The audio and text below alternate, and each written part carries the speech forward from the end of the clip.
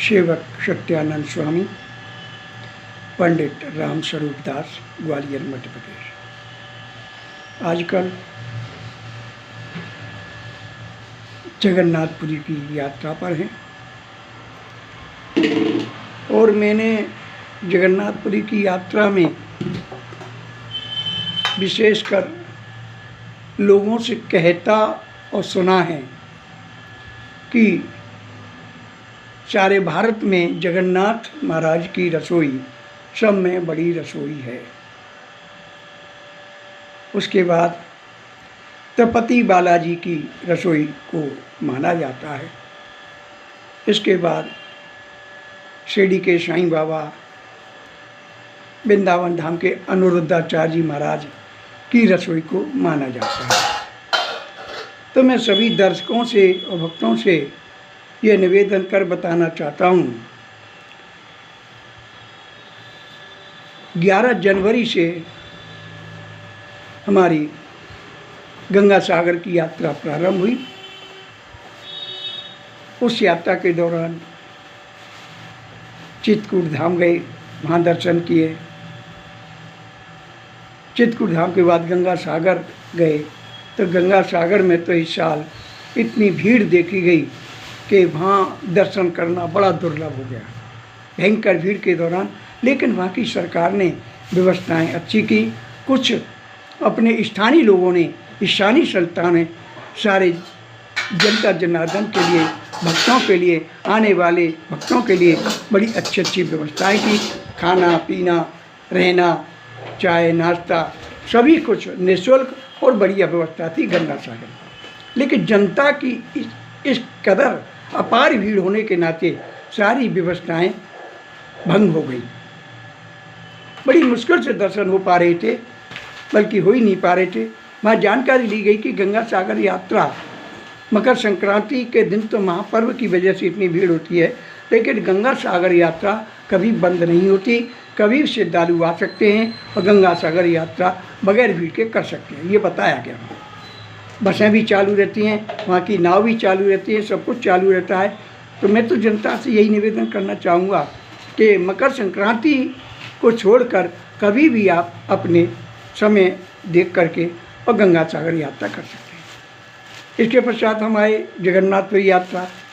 जगन्नाथपुरी यात्रा में देखा गया मंदिर भगवान कृष्ण का, विष्णु का बहुत अच्छा है, विशाल है, देखने योग्य है और भगवान की वहाँ शक्ति स्थापित है। लेकिन जो लोग भक्त लोग बताते हैं कि सब में बड़ी रसोई जगन्नाथ जी की है, तो मैं तो 2 दिन से यहाँ देख रहा हूँ, जो कहते हैं कि जगन्नाथ जी की रसोई सब में बड़ी है और भक्तों के लिए निःशुल्क भोजन और अन्न की व्यवस्था रखी जाती है, खाने पीने के लिए निःशुल्क व्यवस्था होती है। लेकिन यहाँ मैंने देखा कि कोई भी व्यवस्था निःशुल्क नहीं है। मंदिर के पंडित पुजारी 100-150 रुपये लेकर के भगवान का भोग प्रदान करते हैं और पंडों की तो वहाँ दुकानें सजी हुई हैं, अच्छी अच्छी दुकानें सजी हुई हैं, खुल करके बिक्री होती है। वहाँ से जानकारी ली गई कि यहाँ तो बताते हैं बहुत बड़ी रसोई है और यहाँ निःशुल्क रसोई में भक्तों के लिए खाने के लिए अन्न प्रदान किया जाता है। लेकिन वहाँ के गार्डों ने बताया कि यहाँ कोई चीज़ निःशुल्क नहीं है, सब पैसे दे करके मिलती है। तो इससे मुझे ऐसा लगता है, जैसे हमारे अनिरुद्धाचार्य जी अपने भागवत कथा में बार बार कहते हैं, कसम में बड़ी रसोई है और निःशुल्क व्यवस्था रहती है, वो बात उनकी मिथ्या है। क्योंकि वो भक्तों के कई अनुसार अपने भागवत कथा में कुछ भी बक देते हैं। उनने ना तो यहाँ आकर के निरीक्षण किया, ना ही देखा है कि यहाँ पर आकर के जगन्नाथ की रसोई लोगों के लिए बड़ी ज़रूर मानी जाती है, लेकिन लोगों से पैसे लेकर के भक्तों को चावल का प्रसाद भगवान का देते हैं। तो ये उनकी मिथ्या बात है। कोई रसोई जनता के लिए निःशुल्क नहीं है जगन्नाथपुरी मंदिर में। मैंने तो देखा, मैं भारत की यात्रा करता रहता हूँ, जब से हमारी धर्मपत्नी गुजरी हैं उसके बाद तो अकेले यात्रा करना पड़ रही है। हर जगह जगह जाकर के यही देखता हूँ कहाँ व्यवस्था जनता के लिए और दर्शकों के लिए, भक्तों के लिए कैसी क्या व्यवस्था है। मथुरा वृंदावन में भी मैंने जा कर के देखा, वृंदावन धाम में देखा जाए तो सब में बड़ी रसोई और अच्छी रसोई अनिरुद्धाचार्य जी के यहाँ पर ही है। उसके पश्चात कौशिक जी महाराज जी के यहाँ पर भी है, लेकिन कौशिक जी महाराज जी से ज़्यादा अच्छी रसोई वृंदावन धाम के अनिरुद्धाचार्य की है। वहाँ आने वाले सभी भक्तों को कितने भी आ जाएं, निःशुल्क भोजन व्यवस्था रहती है। उसके बाद पश्चात और भी कई भक्तों की भंडारे की व्यवस्था रहती है, लेकिन इनकी रसोई अच्छी है। अब तिरुपति बालाजी तो मैं अभी तक नहीं जा पाया, सौभाग्य नहीं मिला, लेकिन भगवान की कृपा रही तो तिरुपति यात्रा भी करूँगा। वहाँ की रसोई की भी बड़ी व्याख्या करते हैं हमारे अनिरुद्धाचार्य जी, उनकी उस व्याख्या के ऊपर मैं बस जाकर देखूँगा कि वो क्या कहते हैं, क्या सत्य है क्या असत्य है।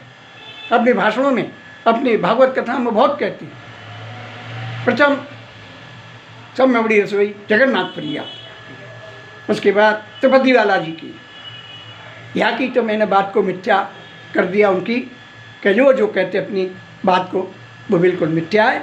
यहाँ कोई भी एक दाना प्रसाद का भी भक्तों के लिए नहीं देते निःशुल्क। अब तिरुपति बालाजी की कृपा हुई तो वहाँ भी यात्रा करूँगा, वहाँ देखूँगा ये जो कहते हैं कितनी बात सत्य है कितनी असत्य है। लेकिन शिरडी धाम की मैंने यात्रा जरूर की है। मुझे तो आज तक जितनी अच्छी व्यवस्था शिरडी धाम की लगी भक्तों के लिए, उतनी व्यवस्था किसी भी हिंदू धर्म में, किसी धर्म में देखने को नहीं मिली मुझे। शिरडी धाम में जाइए, 1,00,000-2 लाख आदमी प्रतिदिन आता है और सब फ्री निःशुल्क खाने की व्यवस्था रहती है, रहने की व्यवस्था रहती है और आने जाने के लिए बसों की व्यवस्था निःशुल्क रहती है। चाय के सिर्फ 2 रुपये जरूर लगते हैं और चाय भी इतनी बढ़िया मिलती है कि आप पीते रह जाएंगे। नहीं, धीरे बोलो, नहीं, इतनी बढ़िया चाय की व्यवस्था है। मुझे तो अपने हिंदू धर्म में शिरडी साईं बाबा जैसे धार्मिक स्थान जैसा कोई भी व्यवस्था अभी तक नहीं जमी। जगन्नाथपुरी की यात्रा पिछले साल भी की, इस साल भी की ना। पिछले साल कोई व्यवस्था थी, चलो लॉकडाउन था, इस वजह से नहीं रही। अब इस साल में आया, कल 16 जनवरी को आ गया, जब देख रहा हूँ कोई व्यवस्था नहीं है, अपार भीड़ है, सब कमाने में लगे हुए हैं, के भक्तों को लूटने में लगे। तो भक्तों, मैं यही निवेदन करता हूँ, धार्मिक क्षेत्र में जाओ, देखो व्यवस्थाएं, देखो, अपने को सिर्फ भगवान के दर्शन करना है और कोई काम नहीं है। देने वाले परमपिता परमेश्वर हैं, लेने वाले परमपिता परमेश्वर हैं। ये भक्त लोग तो यहाँ आए हैं और पंडे लोग आए हैं, ब्राह्मण लोग हैं, वो सिर्फ दर्शकों को लूटने के लिए बैठे हैं। भजन भक्ति कुछ नहीं करते, भगवान से ही कहते कितने ज़्यादा से ज़्यादा यात्री आए और उनसे हम ज़्यादा से ज़्यादा पैसा ले सकें। तो भक्तों, मैं तो हमेशा धार्मिक यात्रा में रत रहता हूँ। आप देखता हूँ तिरुपति बालाजी की यात्रा भी करने वाला हूँ और अभी 1 और 1.5 के बीच हमारी मौन व्रत की यात्रा, मौन व्रत का प्रारंभ होने वाला है। दोपहर अमृत योग है 12 बजे से 1:30 बजे तक। उस अमृत योग में 1:30 बजे से पहले मौन व्रत प्रारंभ करने जा रहे हैं, जो जाकर के ग्वालियर में मौन व्रत खत्म होगा। सिर्फ मौन व्रत रहेगा।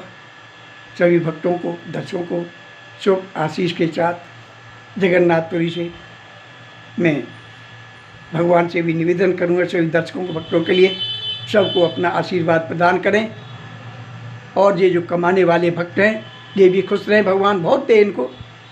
वो तो जो ये कर रही है इसका फल यही भोगेंगे, चाहे ब्राह्मण हो, चाहे संत हो, चाहे पंडे हो, चाहे पुजारी हो। ये भगवान का इस पर निर्देश है, जो जैसा करेगा उसको वैसा भरना पड़ेगा।